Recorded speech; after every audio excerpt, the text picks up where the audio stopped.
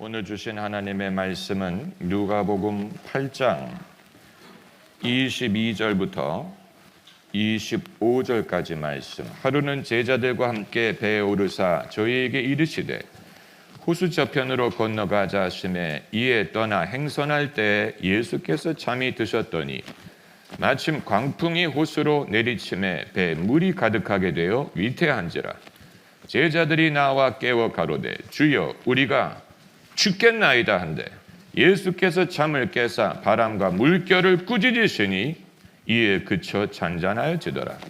제자들에게 이르시되 너희 믿음이 어디 있느냐 하시니 저희가 두려워하고 기이 여겨 서로 말하되 저가 뉘기에 바람과 물을 명함에 순종하는고 하더라. 아멘. 가장 소중한 자산이라는 제목으로 여러분과 말씀을 나누고자 합니다. 자산이란 말은 주로 재테크를 할 때 쓰는 말인데 사람이 소유하고 있는 재산을 뜻하는 말입니다. 그런데 자산에는 돈이나 부동산 같은 유형 자산만이 있는 것이 아니고 특허라든가 저작권 같은 무형 자산도 있습니다. 사람이 말할 때 남는 게 없다라고 말할 때가 있지요. 자산이 있는 것 같은데 빚을 갚고 세금을 내고 나면 남는 게 없다라는 말입니다. 그래서 순자산이란 말이 있어요.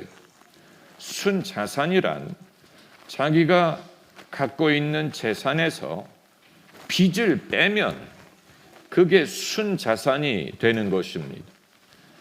그런데 어떤 경우에는 내가 많은 것을 가진 것 같은데 정작 남에게 줘야 되는 것을 빼면 마이너스가 될 때도 있습니다. 이것이 이제 소위 적자라는 것이 아닙니까? 적자. 제가 오늘 여러분께 말씀드리고자 하는 자산은 물질적인 자산이 아니고 정신적인, 영적인, 도덕적인 자산에 대한 것입니다. 사람이 물질적으로 적자 인생이 될 수 있는 것처럼 우리가 정신적으로도 또 영적으로도 마이너스가 될 수가 있습니다. 만일 저울이 있어서 나의 선한 행실, 나의 좋은 인격, 나의 착함을 한쪽에 재고 반대편에 나의 죄, 나의 허물, 나의 문제를 놓고 저울을 잰다면 과연 어느 쪽이 더 무거울까? 저울이 어느 쪽으로 기울 것 같습니까?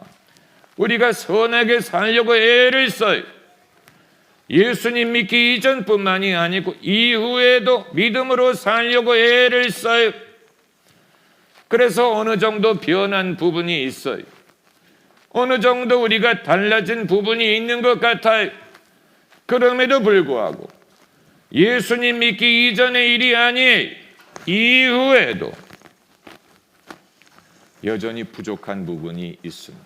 만약에 저울로 이것을 잰다면 내가 잘하는 것, 나의 의로운 것보다는 내가 잘 못하는 것, 잘 안 하는 것, 불의한 부분이 더 무겁지 않을까. 그래서 저울이 그쪽으로 기울지 않을까 우리가 생각할 수가 있는 것입니다. 만일 우리가 천국 가는 것이 이 같은 저울로 재서 선한 쪽으로 기울면 천국에 가고 그렇지 않으면 천국에 못 가는 것이라면 우리 중에 과연 천국에 갈 수 있는 사람이 몇 명이나 있겠습니까? 바로 이 부분에서 우리에게 제일 소중한 자산이 믿음이라는 사실을 깨닫게 되는 것입니다. 다시 말하면 사람이 구원을 얻는 것은 저울로 그 사람의 선행과 악행을 재서 선행이 많으면 천국 가는 것이 아니고 이 부분에 절대적인 역할을 하는 것은 우리의 믿음이 이 저울을 영생 쪽으로 기울게 하는 것입니다. 할렐루야. 이 믿음, 창세기 15장에 이미 이 원리가 나와 있습니다.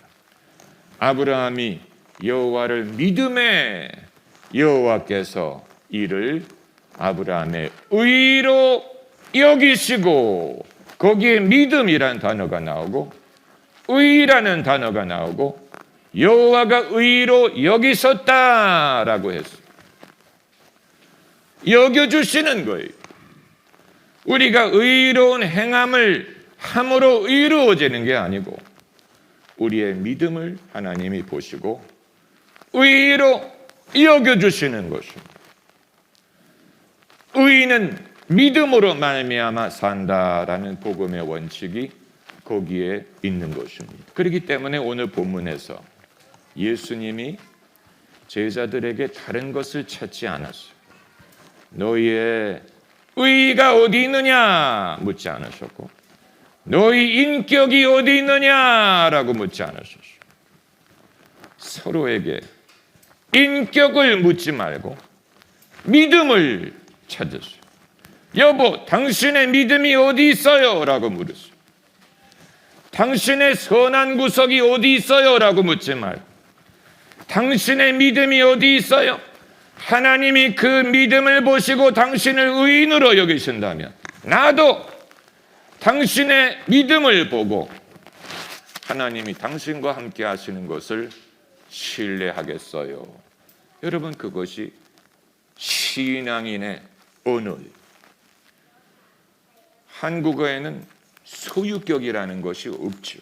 우리가 영어를 배우면서 mine, your, his 이런 소유격이라는 것을 배우게 됐죠. 원래 한국어에는 우리라는 말밖에 없어요. 우리 집, 우리나라, 심지어 마누라도 우리 마누라예요.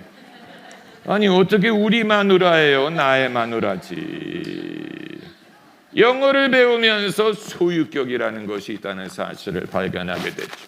나의 것, 너의 것. 성경은, 예수님은 믿음을 찾으실 때 소유격을 사용하셨어요. 그래서 너의 믿음이 어디 있느냐, 소유격을 사용하셨어요. 믿음이란 것은 어떤 구름에 둥둥 떠 있는 게 아니고 우리가 공동으로 공유하는 게 아니, 만약에 내가 내 믿음을 갖고 있지 않다면 나는 믿음이 없는 거예요. 주님은 그렇기 때문에 너의 믿음, 소유격을 사용하셨어요.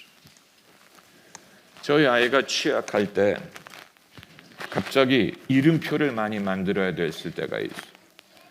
학교에서 물건 섞이지 말라고 필통에도 이름표, 가방에도 이름표 섞이지 말라고. 우리가 다른 것은 이름표를 붙일 필요가 없는데 믿음에는 우리의 믿음표가 붙어야 됩니다. 이것이 나의 간증이요, 이것이 나의 찬송일세. 여러분, 그 찬송가를 우리가 많이 불렀지만 거기에 소유격을 사용한다는 사실을 깨달으셨습니까? 이것이 나의, This is my story, This is my song. 이것이 나의 간증이요, 이것이 나의 찬송일세. 내 것이라고 말할 수 없으면 나는 그것이 없는 것입니다. 여러분, 오늘 본문에서 제자들이 예수님과 같이 동행을 하는데 그럼에도 자기의 믿음을 챙겨야 했어요. 그 사실을 아세요?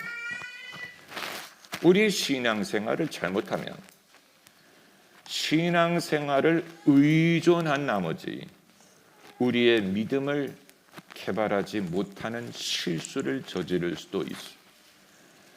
내 믿음을 개발하는 대신에 엉뚱한 걸 의존하는 것, 사람을 의존한다든가 목사를 의존한다든가 성도의 모임을 의존한다든가 분위기를 의존한다든가 이 제자들이 우리가 예수님과 같이 배를 타고 가니 믿음 같은 건 안 챙겨도 되겠지라고 생각을 했을 거예요. 아니, 예수님이 같은 배를 타신다고 해서 우리에게 믿음이 필요 없는 게 아니에요.